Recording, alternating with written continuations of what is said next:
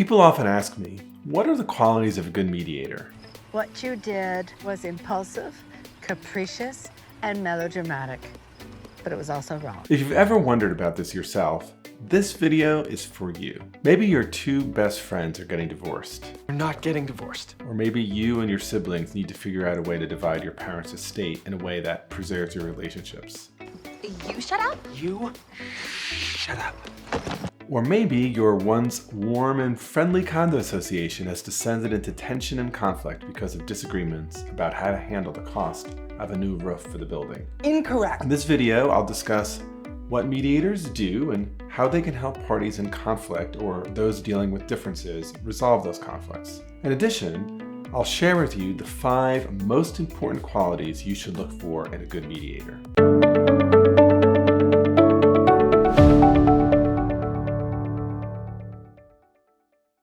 I'm Bob Bordone, a senior fellow at Harvard Law School and the founder and former director of Harvard Law School's Negotiation and Mediation Clinical Program. In addition, I am a co-founder and principal of the Cambridge Negotiation Institute, and I write about and mediate conflicts both in the United States and around the world. Try to keep up.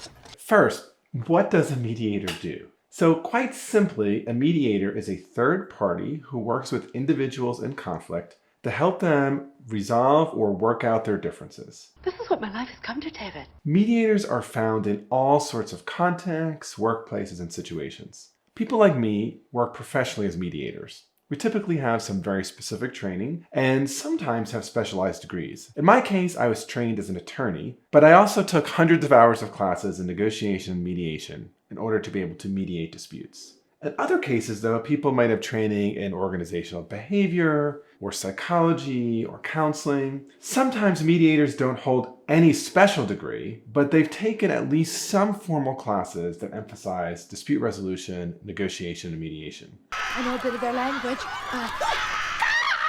When I think about the essential qualities of a good mediator, some basic characteristics come to mind. First, they can display neutrality. Secondly, mediators know how to design a process. Third, they are really good listeners. Fourth, they are extremely creative. And finally, they are excellent at expressing empathy and perspective taking.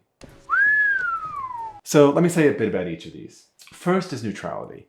Really good mediators are skillful at being neutral. So let me say what I mean by this, because it's a topic that's quite controversial for academics in my field. By neutral, I don't mean that a mediator doesn't have an opinion about an issue, or even an opinion about who is right or wrong in a conflict.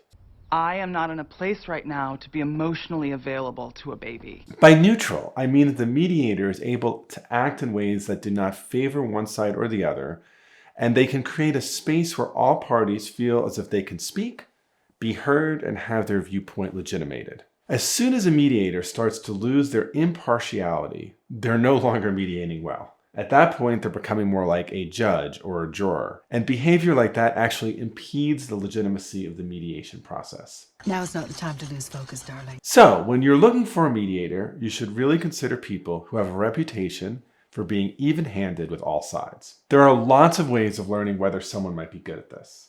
David, I cannot show you everything. For example, I know people who put themselves out there as family mediators, but then have a really large social media presence where they talk about how they advocate on behalf of, let's say, fathers' rights or on behalf of specific changes in alimony laws that might typically favor a non-working spouse over a working spouse. Now, this doesn't mean the person can't be neutral, of course, but it does make me wonder whether neutrality and impartiality is actually central to their practice. You know, I'm a little disappointed in you. So when I'm looking for a mediator, I'm concerned about identifying people whose primary goal is to help parties resolve their own dispute without the mediator weighing in or being biased. Related to being impartial, good mediators know how to design processes that facilitate the resolution of conflict.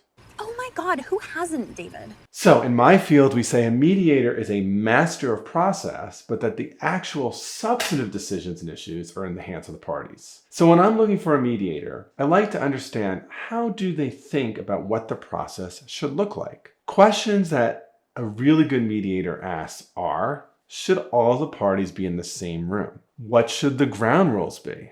What issues should be discussed first? How frequently should the parties actually meet? When should the mediator ask for a separate meeting with one party or another party? Mediators often build reputations based on their own style and the kind of process they set up for a particular kind of mediation. And I don't know how to be any clearer. For example, some mediators believe that it's best to keep all the parties in the same room for the entire time. But other mediators, they believe the opposite. They will never put the parties in the same room. Since COVID, mediators are experimenting with all different ways of mediating, including Zoom and breakout rooms, and sometimes even doing them outside. Some mediators design processes that allow parties to talk about relationships and emotions. Others are focused on just getting a deal with respect to the issues in dispute. That's why you called me in here? Yeah, look at it.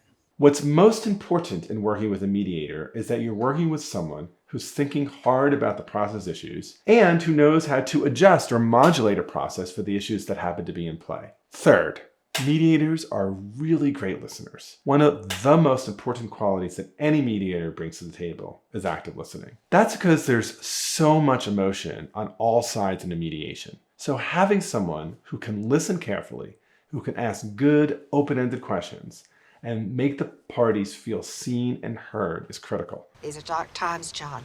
Not that dark. I can't tell you how many times I saw a dispute just lose its steam because the mediator did a really good job making the parties feel heard. In fact, part of the reasons why people often find themselves in a dispute is that they don't feel heard. So just playing that role for the parties can help them be better able to problem solve around the substance. Fourth, when you're looking for a mediator, look for someone who can be creative and who can help the parties to be creative as well. Many mediators will work hard to push the parties toward compromise. And it's totally true, compromise is often a big part of a mediation. Well, that's simple enough. Any fool could do that. But really great mediators actually get parties to think outside the box. Because often an issue that looks like it's split the difference or some kind of battle of wills can actually be solved more creatively with no compromise at all. Let me share an example with you. A few years ago, I was working with two siblings, and they were fighting over how to dispose of their parents' summer home after their parents' death. So both siblings had agreed that they wanted to spend one more summer in the home after their parents passed. And both siblings agreed that ultimately the property, which was worth about $9 million, ought to be sold. But one sibling insisted that the property be sold at the end of the first summer. The other insisted that the property be held for at least 5 years and then sold. So we had stalemate. Now, one of the ways of handling this would be to just split the difference and say, let's agree to sell it at, say, 3 years. I mean, that would resolve the conflict. But it certainly wouldn't be very creative. And it would also mean, perhaps, an unnecessary compromise on both sides. So instead I asked, well, tell me, sibling one, why is it important for you to sell after the first year? And the other sibling said, well, here's the situation. Our property is a waterfront property. Climate change is like making everything in havoc. I mean, our property's probably going to be underwater soon. The longer we hold on to this, basically it's a declining asset. It's losing value. It's nice to spend one more year here, have our memories, but I don't want to lose any more money. I just don't want to take on that risk. Okay, fair enough, I said. I went to the other sibling. They said, sounds like you want to hold this for 5 years. Just say a little bit more about why. At that, she burst into tears. So this is where some of the empathy I'm going to talk about next will come into play. But then she went on to say, she said, so listen, she's like, when my parents pass, I'm going to be a mess. I'm just going to need time. I mean, I have so many childhood memories wrapped up in this house. I'm just not going to be ready in a year. Okay, fair enough. When I heard this, right, I realized there are all sorts of possibilities that we could come up with that require no compromise here. Because this was not a dispute about 1 year or 5 years.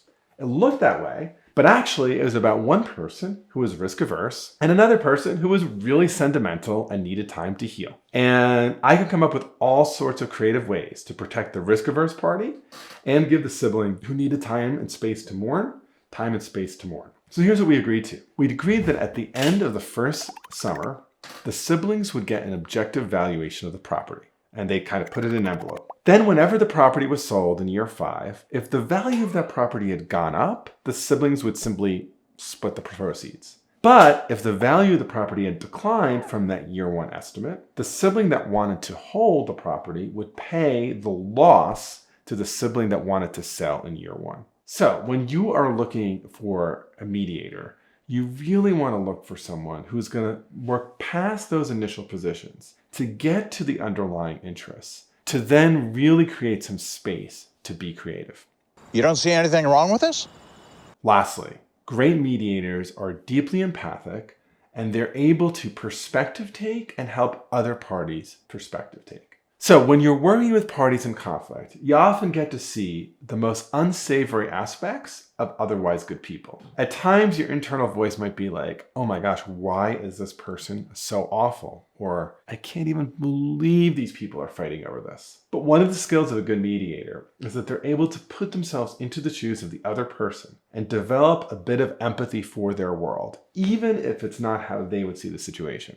What the hell is this? This skill helps a mediator really stay engaged in the process. It helps them listen better. It helps them to be more impartial. It helps them to promote creativity, like all the other qualities of a good mediator. And I have to say, right, it isn't always easy. I've definitely struggled with this. I mean, sometimes I just think like, wow, this one party is totally unreasonable or it's a complete brat. Sometimes I think the entire context is unbelievable. I mean, in one instance, I was involved in a mediation where a small number of parties were dividing more than $150 million of windfall that none of them had anything to do with, right? They hadn't earned it, they hadn't worked for it, it was being handed to them. I'll bet they do! So it can be a little bit hard to feel empathic when you know that no one is leaving the room without at least $50 million in assets, like none of which they actually earned. But as a mediator, you need to really say to yourself, okay, like, however I see this situation, for these people, it's real stakes, real pain, real hurt, real emotion. And I know whenever I'm able to do that, and I can't honestly say I'm always able to do it, but whenever I am, that's when I'm most at the top of my game with all the parties. Sort of. That was the plan, yeah. So I hope you'll never need a mediator, but if you or your friends or your family or your colleagues do, these are some of the skills you should be looking for. And if you're interested in learning some of these skills yourself, or you want to be a mediator yourself, or you're looking for a mediator, I hope you'll reach out to me at my website, bobbordone.com, or that you'll consider taking one of the courses I teach at the Cambridge Negotiation Institute. And of course, keep watching and check out the next video.